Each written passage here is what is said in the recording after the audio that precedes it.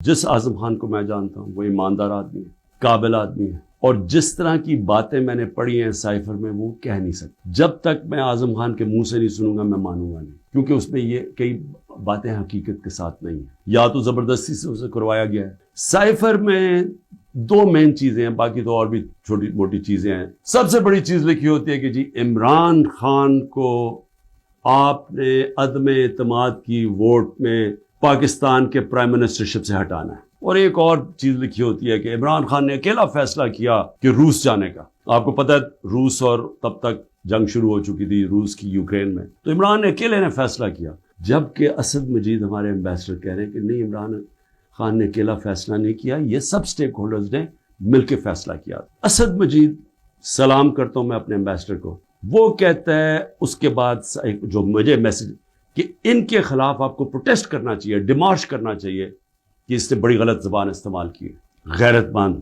Diplomat ہمارا، لیکن وہ غیرت یہاں نہیں جاگتی جب وہ یہاں پہنچتا ہے۔ جب میں یہ دیکھتا ہوں کہ یہ کہہ رہا ہے ایک ایمبیسڈر کو کہ اپنے پرائم منسٹر کو آپ نے ہٹانا ہے، تو پھر میں دیکھتا ہوں کہ یہ میرے لیے تو نہیں ہے، ایمبیسڈر تو مجھے جواب دے ہے، تو مجھے کون ہٹا سکتا ہے؟ پاکستان میں مجھے کون ہٹا سکتا تھا؟ ایک ہی آدمی، جنرل باجوہ۔ سائفر تو جنرل باجوہ کے لیے اس نے بھیجا ہے۔ مجھے خبریں آتی رہتی تھیں کہ جناب فیصلہ ہو گیا آپ کی گورنمنٹ ہٹانے کو، مجھے رپورٹ آ رہی رہتی، آئی بی والے مجھے آ کے بتاتے تھے کہ جی دیکھیں شہباز شریف کی خفیہ میٹنگز ہو رہی ہیں، بیچ میں ان کے لوگ پڑے ہوئے ہیں، جنرل باجوہ کی کوئی فادر ان لا ان کے گھر میٹنگز ہو رہی ہیں، یہ ساری مجھے خبریں آ رہی تھیں۔ لندن کسی کو بھجوایا جا رہا ہے، تو میں مانتا نہیں تھا۔ میں جنرل باجوہ کو جب ملتا تو وہ کہتے تھے ہو ہی نہیں سکتا، ہم تو کنٹینیوٹی چاہتے ہیں۔ کون پرائم منسٹر کو ہٹا سکتا ہے سوائے ایک آدمی کے جس کے پاس پاور ہے؟ پاکستان میں پاور ادھر ہی ہے، سپر کنگ ہے، سب پوچھنے والا کوئی نہیں ہے، لیکن پاور ہی پاور ہے۔ اس کے بعد اگلے دن عدم اعتماد اسمبلی میں ٹیبل ہو جاتی ہے، اور ایک دم ہمارے لوگ ہلنا شروع ہو جاتے ہیں، اور پھر ہمارے اتحادی وہ بھی ایک دم ہمارے سے خوش نہیں ہوتے۔ لیکن یہ یاد رکھیں کہ یہ ٹائم کون سا تھا؟ یہ وہ ٹائم تھا جب پاکستان کی اکانومی 17 سال میں سب سے بہتر امپروو کر رہی تھی۔ مجھے پاکستانی ہوتے ہوئے میں آپ کو سچ بتانا چاہتا ہوں، مجھے شرم آئی کہ اس کی جرت کیسے ہوئی کسی چھوٹے ایک آفیشل کی کہ جو ہمیں اتنی بڑی دھمکی دے دے اور ایمبیسڈر کے ذریعے میسج بھجوائے کہ پرائم منسٹر کو ہٹا دو۔ لیکن اس کی غلطی نہیں تھی، شرم یہاں نہیں آ رہی تھی۔ جن لوگوں کی ذمہ داری تھی کہ قوم کی حفاظت کرنا، جس آدمی کی کہ قومی وقار کو بچانا، قومی غیرت، وہ ساتھ ملا ہوا، یعنی یہ سارا پلان ادھر سے شروع ہوا تھا۔ میرے اوپر غداری کا پرچہ کر دیا ہے کہ جنرل فیصل نصیر کو میں نے ڈرٹی ہیری کیوں کہا، سائیکوپیتھ کیوں کہا، میرے اوپر غداری کا پرچہ لگ جاتا۔ میں پھر سے کہتا ہوں کہ اگر ہم نے یہ کرنا ہے اپنے ملک کے ساتھ کہ کسی ادارے کو، اگر میں کسی جج کی بات کروں گا تو میں ساری جوڈیشری کے خلاف ہو گیا، اس کا مطلب کیا؟ میں پولیس کے خلاف کروں گا تو ساری پولیس کو میں نے برا بھلا کہہ دیا۔ یہ تو ہم اپنے ملک کو تباہ کر رہے ہیں۔ یہ پلیز میری قوم، آپ یہ سمجھ جائیں ایک بات، اگر معاشرے سے آپ تنقید ختم کرتے ہیں، آپ معاشرے کی قبر کھود دیتے ہیں۔ چیف جسٹس صاحب کو میں نے وہ سائفر بھیجا کہ جی اس کے اوپر انکوائری کروائیں، نیشنل سیکیورٹی کاؤنسل کے سامنے رکھا، نیشنل سیکیورٹی کاؤنسل کے سامنے 30 مارچ کو میں نے رکھا کہ جی یہ ہے، سارے آرمی چیفز بیٹھے ہوئے تھے، سروس چیفز بیٹھے ہوئے تھے، سب کے سامنے رکھا کہ یہ اس نے لکھا ہے، اور آپ کا ایمبیسڈر کہہ رہا ہے کہ ان کو پروٹیسٹ کرو کہ یہ کسی کی جرت نہیں ہونی چاہیے اس طرح کا، کسی بھی ایک ملک کو، آزاد ملک کو اس طرح کا زبان استعمال کرنی۔ انہوں نے کہا جی ہاں مداخلت تو ہوئی ہے، تنقید کی، امریکہ کو پروٹیسٹ بھی کیا نیشنل سیکیورٹی کاؤنسل نے 30 مارچ کو۔ میں حیران ہو گیا کہ صرف جی ہم ڈیمارش کرتے ہیں، آپ انکوائری کرنی چاہیے تھی، پوچھنا چاہیے تھا، لکھنا چاہیے تھا کہ اس نے کیوں یہ کہا۔ اور انکوائری جب ہونی تھی تو ایک آدمی نے سامنے آ جانا تھا، جنرل باجوہ نے۔ مسلسل یہ جناب ان کی میٹنگز ہوتی تھی، ان کی وہ چارج افیئر سے ملتے تھے۔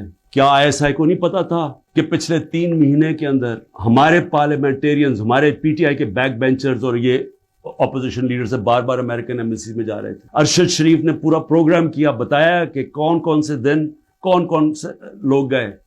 راجہ ریاض کا بتایا گیا، کیا راجہ ریاض وہاں فورن پالیسی ڈسکس کرنے گیا تھا؟ جو سب سے پہلے بھاگے وہ امریکن ایمبیسی جا رہے تھے، کیا ان کو نہیں پتا تھا؟ اس کے حصہ تھے، سازش ہو رہی تھی کسی طرح عمران خان کو راستے سے ہٹایا جائے۔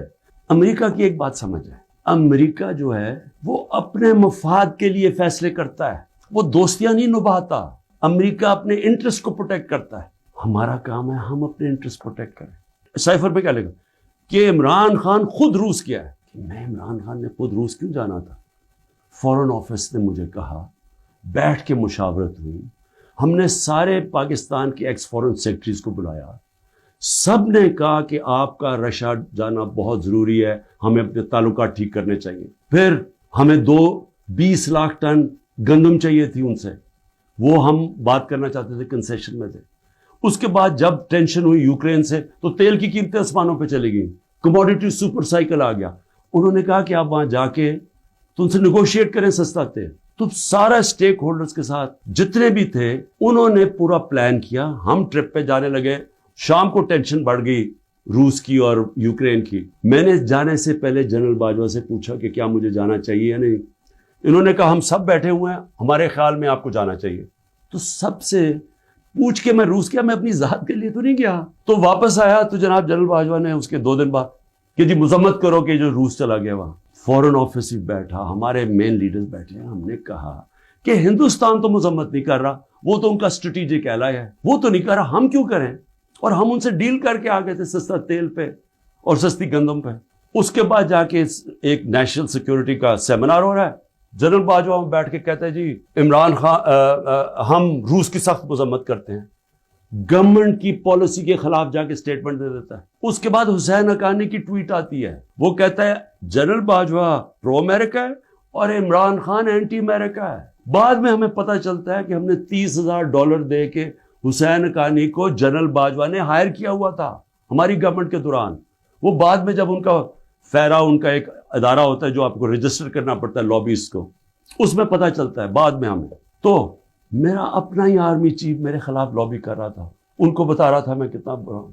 کوئی فکر نہیں ہے ملک کدھر جا رہا ہے, کوئی اس وقت فکر نہیں کہ ملک کے سارے ادارے تباہ ہو رہے ہیں. سارا صرف ایک 1 پوائنٹ ایجنڈا ہے کہ عمران خان کو کس طرح ڈسکوالیفائی کرنا اور جیل میں ڈالنا ہے, یہ ایجنڈا ہے. اس کے اندر یہ سائفر بھی آ گیا.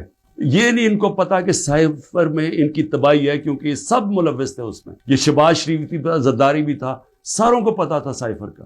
سارے میٹنگز کر رہے تھے امریکنوں کے ساتھ. انکوائری سب سے بڑی یہ ہونی چاہیے سائفر کے اوپر جو FIA نہیں کر سکتی. اگر صحیح انکوائری کروانی ہے تاکہ ہم آگے یہ غلطیاں نہ کریں, تو انکوائری یہ ہونی چاہیے کہ یہ سازش میں کون کون شریک تھا کہ گورنمنٹ گرا کے ایک ملک کی اکانومی کی تباہ کیا, آج پاکستان کو گھٹنوں پہ رکھ دیا. آج اگر ہم ان کی مدد نہ کرتے اور IMF سے نہ کہتے کہ آپ کی سٹینڈ بائی ایگریمنٹ کے ہم ساتھ ہیں, تو پاکستان ڈیفالٹ کر گیا تھا. ڈیفالٹ کرنے کا مطلب کہ آج لوگوں کا معاشی قتل ہو جانا تھا, جو ہو چکا ہے.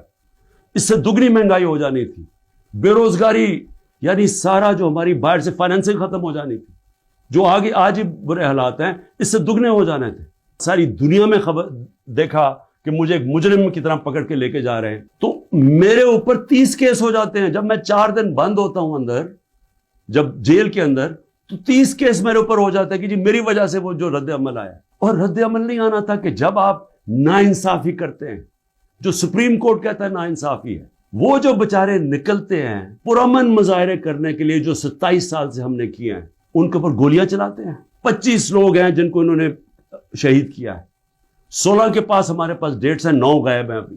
3 لوگوں کی ٹانگیں کٹتی ہیں, ایک آدمی پیرالائزڈ ہے اس وقت, کمر میں گولی لگتی ہے. اور یہ کیا کرتے ہیں, اوپر سے انہی کے اوپر کیس بنا دیتے ہیں. ساری دنیا کے اندر اب ایک کوئی پولیس کی گولی لگی تھی نا ایک فرانس کے اندر, 4 دن سارے فرانس میں آگ لگی, 100 بلڈنگز اور گاڑیاں جلا دی لوگوں نے. تو آپ کو پوچھ نہیں رہا کہ آپ پاکستانی نہیں تھے, اور 100 لوگوں کو گولیاں اور لگتے ہیں, اور جن کو ایک کو جس کو گولی لگتی ہے ٹانگ کٹ جاتی ہے, اس کو پکڑ کے جیل میں ڈال دیتے ہیں. حکومتیں چلتی ہیں اخلاقی قوت پہ, ڈنڈے مار کے جانور چلتے ہیں, ڈنڈے مار کے نہیں چلوا سکتے آپ لوگوں کو اگر آپ یہ سمجھتے ہیں کہ اس کی ظلم کی وجہ سے یہ چوروں کو تسلیم کر لے گی قوم, جو 30 سال سے ملک کو لوٹ رہے ہیں, جن کے پیسے باہر پڑے ہیں, جن کی سارا یہ جیسے انہوں نے اقتدار سے پھر باہر بھاگ جانا ہے, تو اگر یہ سمجھتے ہیں کہ لوگ اس خوف کی وجہ سے ان کو تسلیم کر جائیں گے, مجھے ترس آ رہا ہے ان لوگوں کے اوپر جن کی یہ سوچ ہے.